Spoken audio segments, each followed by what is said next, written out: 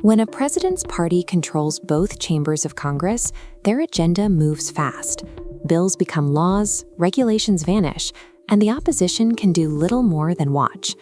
But every 2 years, the American public issues a mandatory national report card. In 2026, all 435 seats in the House of Representatives and roughly 1/3 of the Senate are up for grabs. This historical bar chart reveals a brutal reality. Almost universally, a president's party bleeds congressional seats during midterms. Looking closely at the data, we see the exact severity. Historically, they lose an average of 26 House seats. Donald Trump won't be on the 2026 ballot, but his ability to execute his second-term agenda relies entirely on keeping those Republican majorities intact. If voters strip control of either chamber away from the GOP, the era of unchecked lawmaking ends overnight.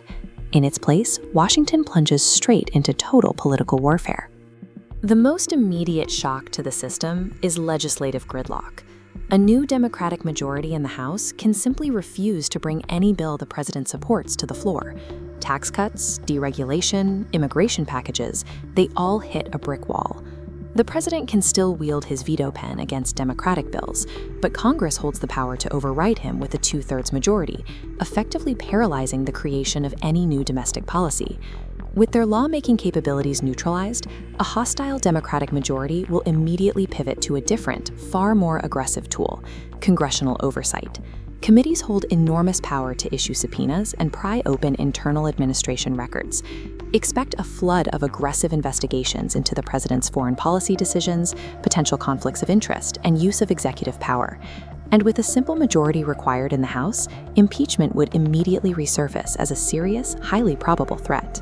Actually forcing a president from office requires a 2/3 conviction vote in the Senate, a nearly impossible constitutional hurdle. But a conviction isn't necessary to create chaos. The sheer volume of subpoenas and a historic third impeachment would consume the administration, generating a permanent media firestorm that stalls whatever government functions are left. Locked out of Capitol Hill, the president's only viable path forward is unilateral action. He would be forced to govern almost entirely through executive orders. However, aggressive moves on complex issues like tariffs and border policy immediately invite massive legal challenges from opposition states and organizations. This forces the primary battlefield for American policy to migrate away from Congress and land squarely in the federal courts. While that external war plays out, a brutal internal reckoning would ignite within the Republican Party. Moderate lawmakers who manage to survive the midterms will view the president as an electoral liability and begin distancing themselves. This panic acts as an accelerant, effectively kicking off the 2028 Republican primary years ahead of schedule. Prominent figures who have been waiting in the wings will see an opening and begin quietly, or publicly, positioning themselves to seize control of the party's future.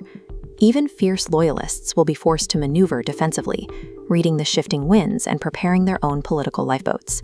The administration would suddenly find itself fighting a devastating two-front war, fending off Democrats in the courtrooms while battling a shadow rebellion from its own rising stars. A midterm loss forces an abrupt pivot. It strips away an administration's offensive, policy-driven momentum and replaces it with pure, day-to-day defensive survival. For this president, the personal toll would be severe. Hostile legislation could be drafted specifically to constrain his unilateral pardon powers. His ability to shield allies or direct the priorities of the Justice Department diminishes sharply the moment a hostile Congress holds the power to scrutinize every move under oath. Furthermore, an apparatus built heavily on the projection of constant victory, both in fundraising and media dominance, takes a massive hit when the aura of invincibility is pierced by a national defeat. Losing the 2026 midterms wouldn't physically end Donald Trump's presidency, but it would end his ability to govern on his own terms, guaranteeing the American public 2 final years of fierce institutional standoffs and nonstop political theater.